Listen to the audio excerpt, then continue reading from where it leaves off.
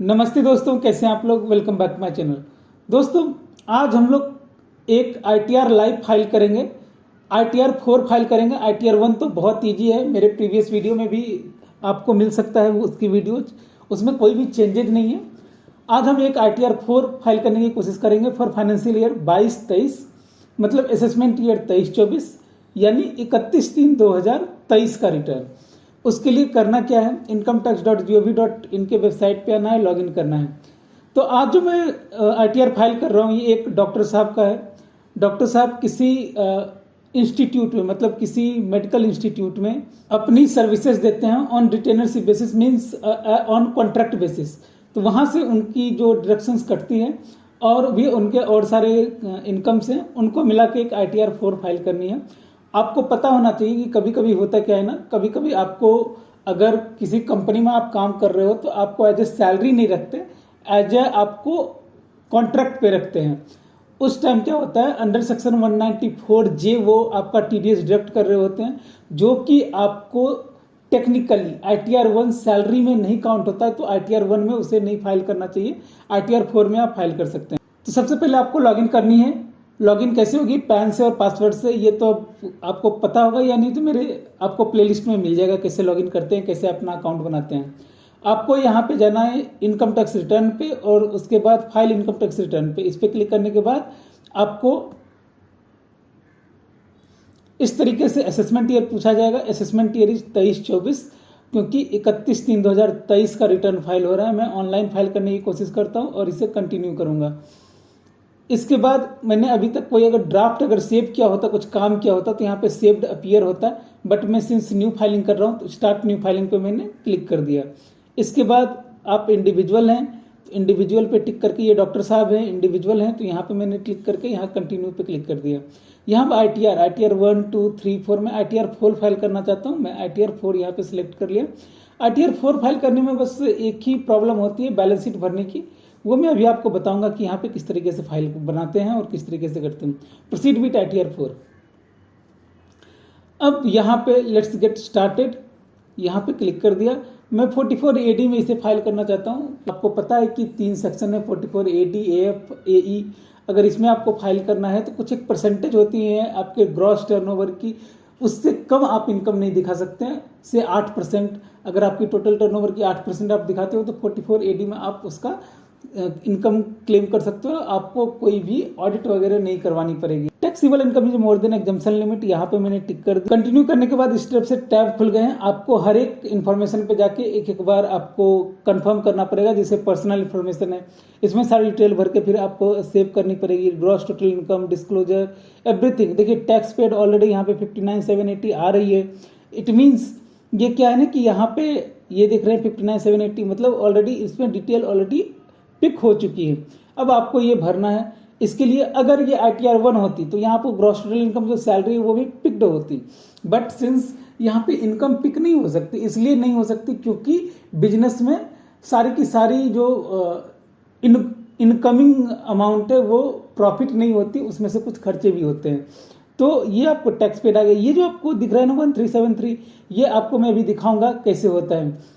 तो बिफोर अब इसको मैं पर्सनल इन्फॉर्मेशन भरूँ, ग्रॉस टोटल इनकम भरूँ, disclosure, exempt income, total deduction, tax paid भरूँ, उससे पहले हमें क्या करना है ना, मुझे सबसे पहला काम करना है कि फॉर्म 26AS और AIS इस दोनों को पहले चेक कर लेना है। चेक करने के बाद देखना है कि कम से कम इतनी जो है 59,780 इतनी मेरी डिडक्शंस आ रही है कि नहीं आ रही है, या फिर और अगर आपको कोई डिडक्शन क्लेम करना है तो वो ऑलरेडी आपके फॉर्म 26AS में TDS के फॉर्म में दिख रही है या नहीं दिख रही, डिडक्शन नहीं TDS।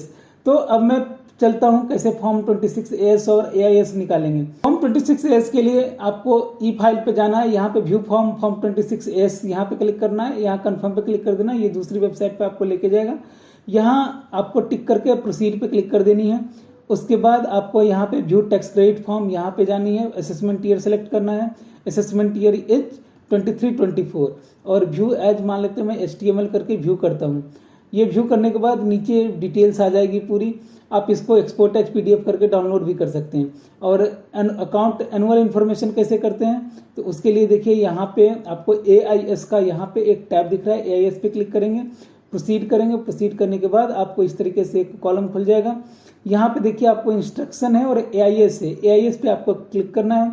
उसके बाद यहाँ पे देखिए डाउनलोड का बन रहा है FY 2022-23 यहाँ पे ऑलरेडी सिलेक्टेड है। अगर गलत है तो इसको आप सही सेलेक्ट कर लीजिए। और यहाँ पे आपको डाउनलोड पे यहाँ PDF में के फॉर्म में आप कर सकते हैं। इसमें जो पासवर्ड होता है वो कैसा होता है, तो पैन नंबर पूरा स्मॉल में और डेट ऑफ बर्थ कंटिन्यूएशन में। से मान लीजिए अगर आपका पैन नंबर है AA0000A और डेट ऑफ बर्थ है 01/01/1990, तो आपकी पासवर्ड हो जाएगी स्मॉल में AA0000A01/01/1990।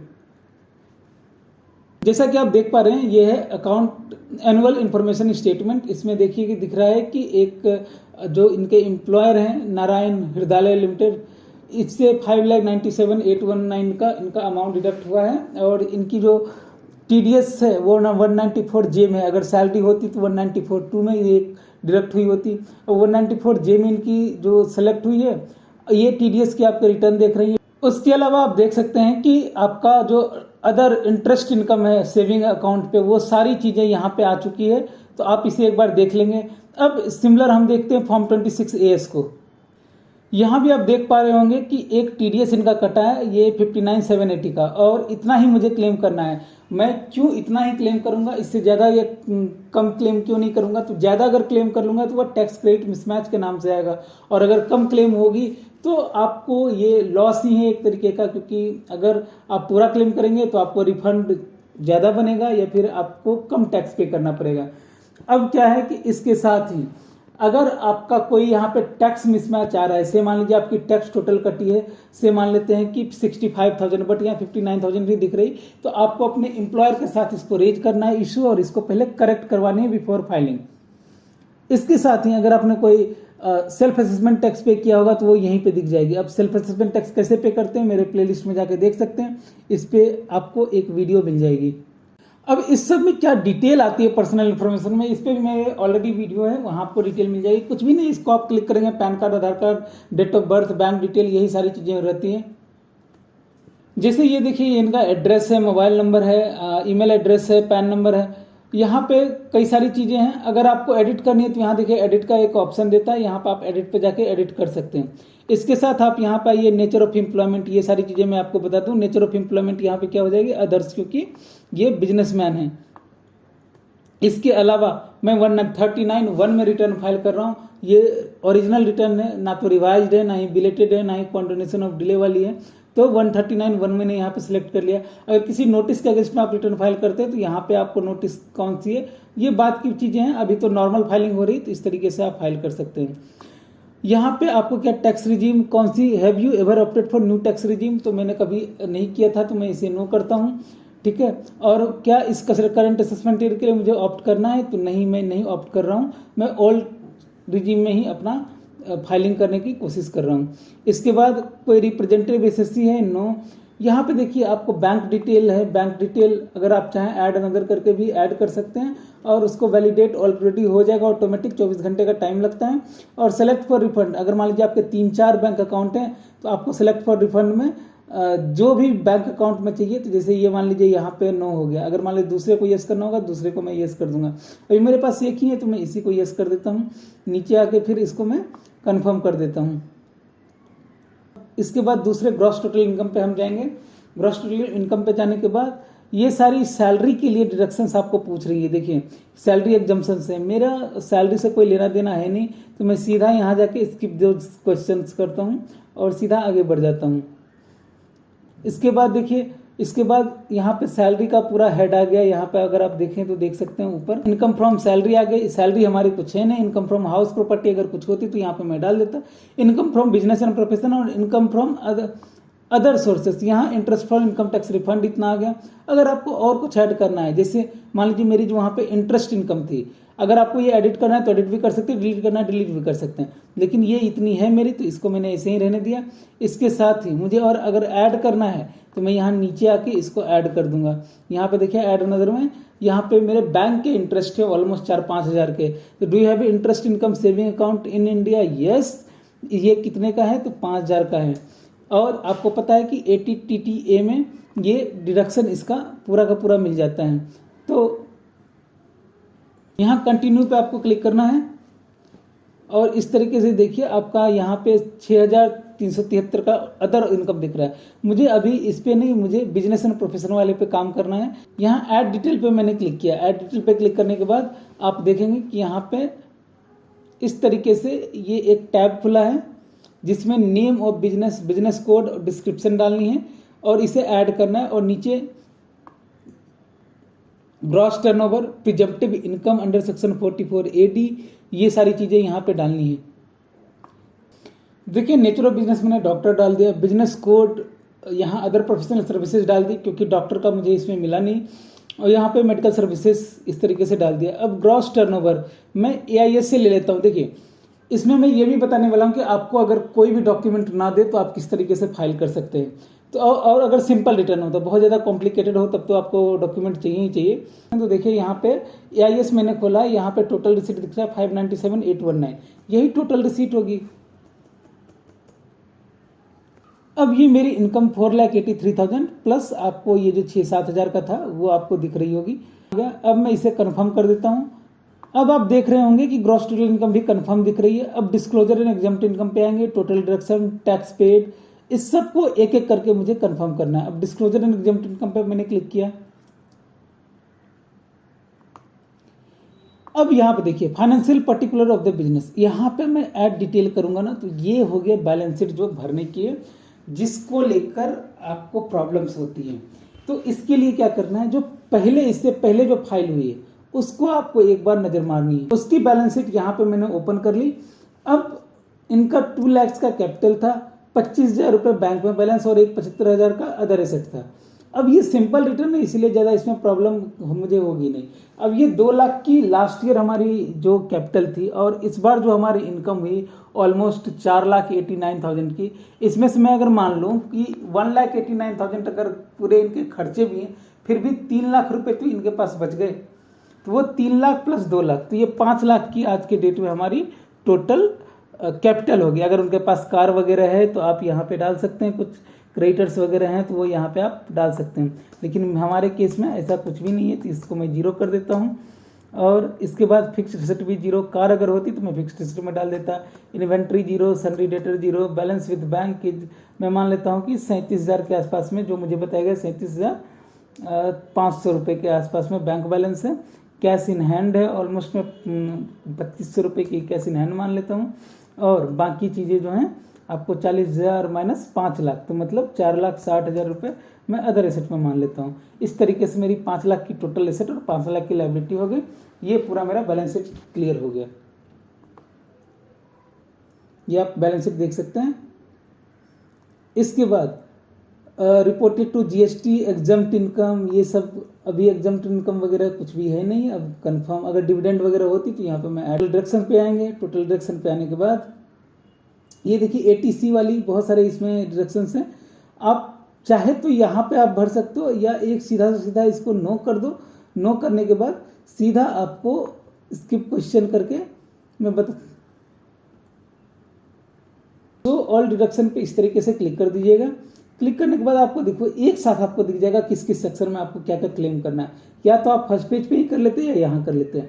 अब मेरी लाइफ इंश्योरेंस अभी है नहीं, मुझे क्या क्लेम करना है, तो एक ATTTA का जो है वो मुझे क्लेम करना है। ये 5,000 रुपये जो मैंने ऊपर दिखाया था वो मुझे यहाँ पे क्लेम करनी है। यहाँ पे ऐड पे क्लिक किया। ऐड पे क्लिक करने के बाद ये 5,000 रुपये डाल दिए और ये हमारा ATTTA का डिडक्शन हो गया।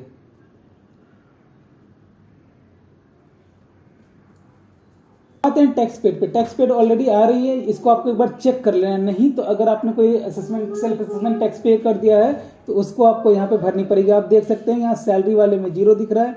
ये अदर्स वाले में जो अदर देन सैलरी है वहाँ पे TDS आपको दिख रही है। 100 डिटेल पे जानी है और आपको ये एक बार चेक कर लेना है कि ये सही है कि नहीं है। ये अगर सही है तो कोई बात नहीं, नहीं है तो फिर आपको इसको करेक्ट करना पड़ेगा। बट ध्यान रखें कि फॉर्म 26A से ये मैच होना चाहिए, AIS से ये मैच होना चाहिए।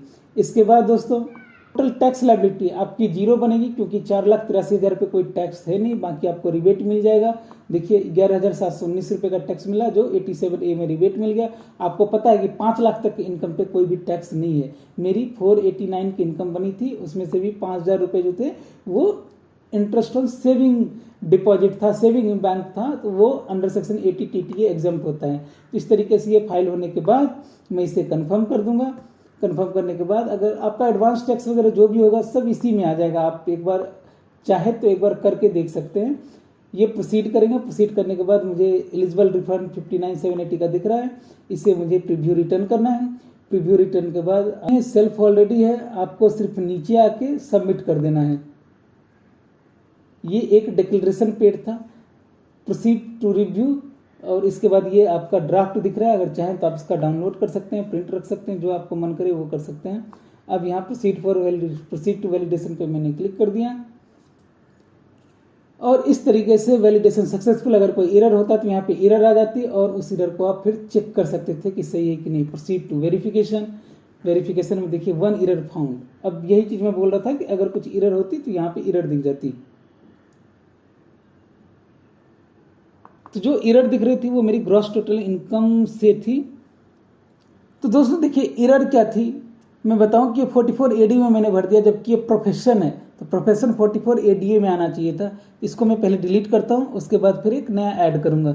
करने के बाद ऐड डिटेल पे गए, यहाँ पे देखिए अपने को बिजनेस में नहीं आना है, प्रोफेशन वाले पे क्लिक कर देना है। प्रोफेशन वाले पे क्लिक करने के बाद आप यहाँ पे डालिए डॉक्टर, और यहाँ पे जो भी आपको डालना था। अब बिजनेस कोड में शायद मुझे मेडिकल प्रोफेशन मिल जाए, जो पहले नहीं मिल रहा था।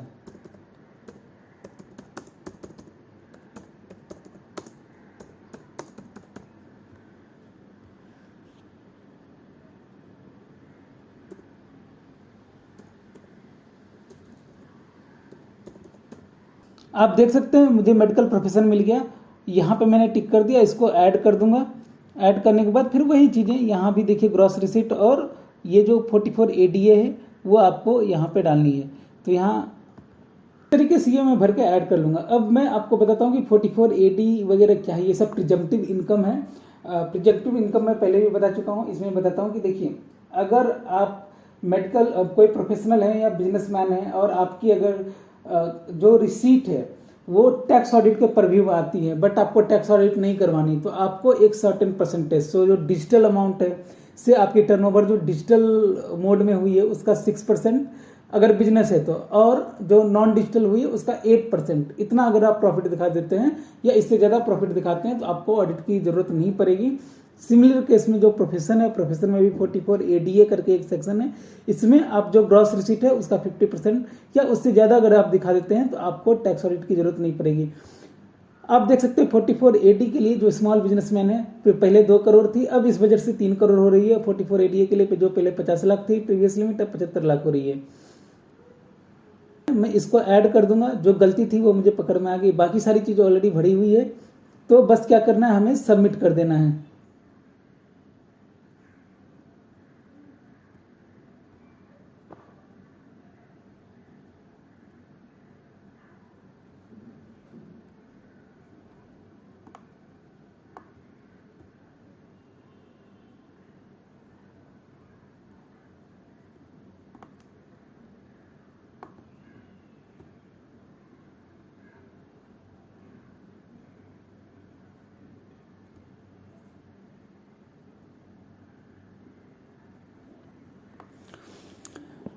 दोस्तों उसके बाद आपको नेक्स्ट करने पे complete your verification E verify now पे आप जाएंगे। आप बाद में भी कर सकते हो और ITR-V के थ्रू भी कर सकते हैं। ITR-V मतलब हो गया कि आपको यहाँ से भेजनी है रिटर्न, और मतलब प्रिंट आउट निकाल के उसे आपको बेंगलोर भेजना है। आपको जो एक्नॉलेजमेंट है उस पर आपको उसका एड्रेस आ जाएगा, वो आपको स्पीड पोस्ट से भेजनी है या नॉर्मल पोस्ट से भेजनी है विदिन 30 डेज।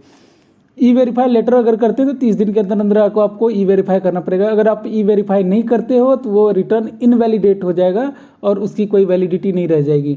आप कैसे ई वेरीफाई करना चाहते हैं, अगर आप आधार है तो आधार के थ्रू कर लीजिए, मोस्टली आधार के थ्रू ही करते हैं। अगर आपके पास डिजिटल सिग्नेचर है तो डिजिटल सिग्नेचर, या EVC code through net banking, bank, demat account वगैरह इस सब से आप कर सकते हैं। मैं आधार के थ्रू करता हूं, जो मोस्ट इजी है। कंटिन्यू पे क्लिक किया, यहाँ पे टिक करके जनरेट आधार OTP, अब OTP आ जाएगी और उसके बाद मैं OTP डाल के वैलिडेट पे क्लिक कर दूंगा और इस तरीके से मेरा रिटर्न फाइल हो जाएगा। और इस तरीके से कंफर्म सबमिशन ऑफ रिटर्न यहाँ पे सबमिट कर देना है और आपकी रिटर्न फाइल हो गई। रिटर्न फाइल होने के बाद अब आप डैशबोर्ड पे जाके इसे डाउनलोड कर सकते हैं। आप अपना जो ITR के फॉर्म है वो भी डाउनलोड कर सकते हैं और ITR के जो एक्नॉलेजमेंट है वो भी डाउनलोड कर सकते हैं। तो आज के लिए बस इतना ही, मिलते हैं फिर से आपसे एक नई वीडियो के साथ। तब तक के लिए मेरे तीसरा signing off. Thank you so much.